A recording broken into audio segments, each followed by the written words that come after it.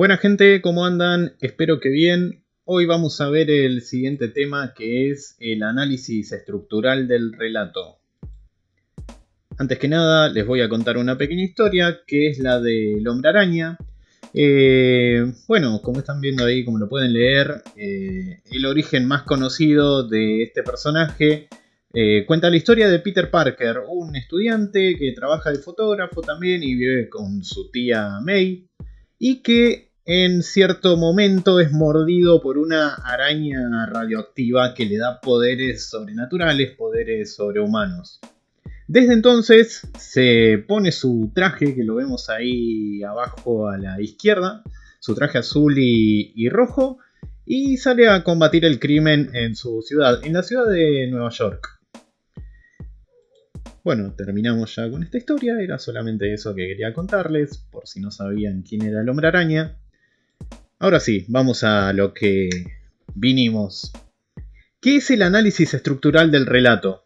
Se trata de una manera de analizar historias a partir de sus elementos mínimos, ¿sí? Desde las unidades más pequeñas de significado que podemos rescatar de esas historias. Teniendo en cuenta esto, vamos a separar dos grandes categorías, que es la categoría de las acciones, por un lado, y la categoría de la información, por el otro. Dentro de las acciones vamos a tener núcleos y catálisis, que son distintos tipos de acciones, obviamente. Y también vamos a tener en la categoría, dentro de la categoría de la información, informantes e indicios. Vamos a ver de qué tratan estos cuatro conceptos. Empecemos por la categoría de las acciones. Vamos a ver los primeros dos conceptos que tenemos dentro de esta categoría. Empecemos por los núcleos. ¿Qué son los núcleos? Los núcleos son las acciones más importantes que ocurren en una historia. Siempre que hablo de historia, hablo de cuentos, hablo de novelas, hablo de videojuegos, hablo de obras teatrales, de series, de películas, de todo lo que me cuente una historia, ¿no? Bueno, ¿en qué estábamos? Sí, les hablaba de los núcleos. Son acciones, son hechos de la historia que son considerados importantes y nos vamos a dar cuenta de que algo en una historia es un núcleo, porque si lo quitamos de esa historia, no tendría sentido el resto de la historia.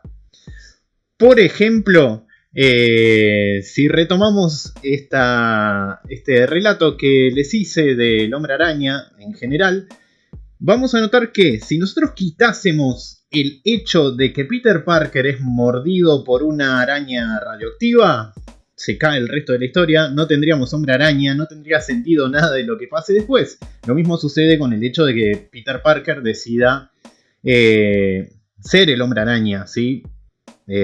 Asumir ese rol. Si eso no hubiese pasado, alguna de estas dos acciones, por dar un ejemplo, no tendría sentido el resto de la historia, no tendríamos historia del Hombre Araña, jamás hubiese existido. ¿Qué pasa con las catálisis? Que es lo contrario a los núcleos. Las catálisis son acciones que no son tan importantes para la historia, son prescindibles. O sea, podemos quitarlas de la historia y la historia seguiría siendo la misma. No, bueno, no sé si siempre, pero no es que se trata de acciones de relleno, sino que están ahí para darle cierta ambientación a la historia, para ayudar a construir cierto ambiente o cierto personaje. No sé, podríamos ver, si vamos a jugar por esta imagen, podríamos decir que Peter Parker, que lo vemos ahí junto con su tía May, se preocupa por ella, podemos notarlo en la cara o en las acciones que está haciendo, así que valora mucho a su tía May. Ahora, si miramos, pareciera que tienen un plato de comida ahí, tenemos esta pregunta: ¿suma algo a la historia si están comiendo pastas, milanesas, una ensalada o cualquier otra comida, la que se les ocurra? ¿Suma algo? ¿Cambian algo? No. Así que el hecho de que coman algo en esta historia, dependiendo del contexto, pareciera que es una catálisis, ¿sí? Si quitásemos esa acción de que están comiendo lo que sea, no cambiarían nada. Eso es una catálisis. Tengo un perrito que ladra acá. No sé si lo escuchan. Bueno, no importa. Sigamos nosotros. Pasemos a la categoría de la información ahora. Ya analizamos lo que es las acciones. Veamos qué pasa con la información en la historia. Cómo se da la información, cómo aparece, cómo nos llega. Por un lado tenemos los informantes. ¿Qué son los informantes? Los informantes es información clara, concreta, datos en particular que le llegan al lector o al espectador por parte de la historia. Acá anoté algunos que yo ya nombré cuando les hice este pequeño relato, que pueden ser Spider-Man, la tía May, el tío Ben, que no sé si lo nombré, la verdad no me acuerdo ahora, Peter Parker, Nueva York. Fíjense, nombres de personajes específicos, el nombre de un lugar, de una locación de la historia específico también. No sé si les hubiese mencionado un año, una fecha, la marca de ropa que usa Peter Parker. Esos también son informantes. Es toda información específica, ¿sí?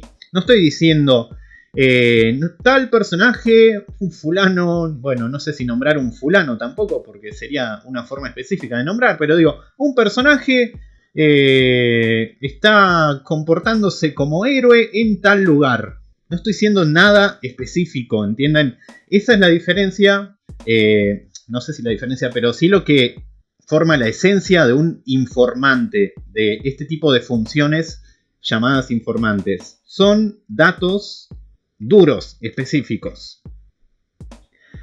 Ahora, contrario a los informantes, dentro de la misma categoría de la información de una historia, tenemos los indicios. ¿Qué son los indicios? Son acciones, características, o podría ser también algún dato o algún otro tipo de información que de hecho me comunica algo de forma indirecta, algo que me transmite información de manera indirecta. Antes teníamos los informantes, que eran datos exactos. Acá tenemos algo que me quiere decir algo, pero no directamente, ¿sí? No es exacto, todo lo contrario.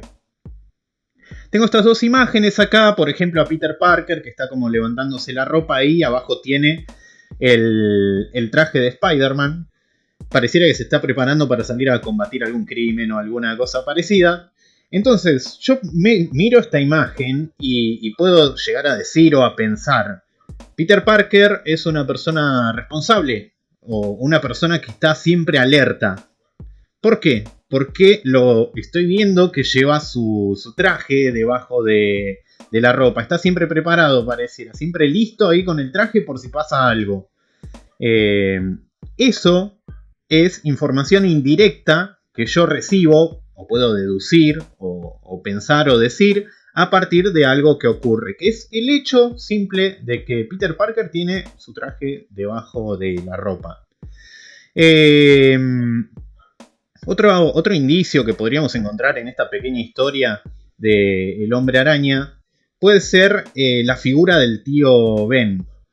Siempre que aparezca una referencia al tío Ben o Peter Parker se acuerda de su tío Ben o de algo que le dijo, como una frase icónica que siempre está dando vueltas en las historias de Spider-Man en general, podríamos decir que el tío Ben, la figura del tío Ben, o todo lo que se refiere a él, siempre va a ser un indicio de los valores que tiene el protagonista, porque él fue el que le enseñó justamente estos valores, le dijo cosas, le enseñó cosas que él toma como sus premisas principales a la hora de hacer algo o tener que tomar una decisión. Por eso podríamos decir que todo lo que tiene que ver con el tío Ben en El Hombre Araña es un indicio del buen camino a seguir. Por ahí significa eso, sí, indirectamente.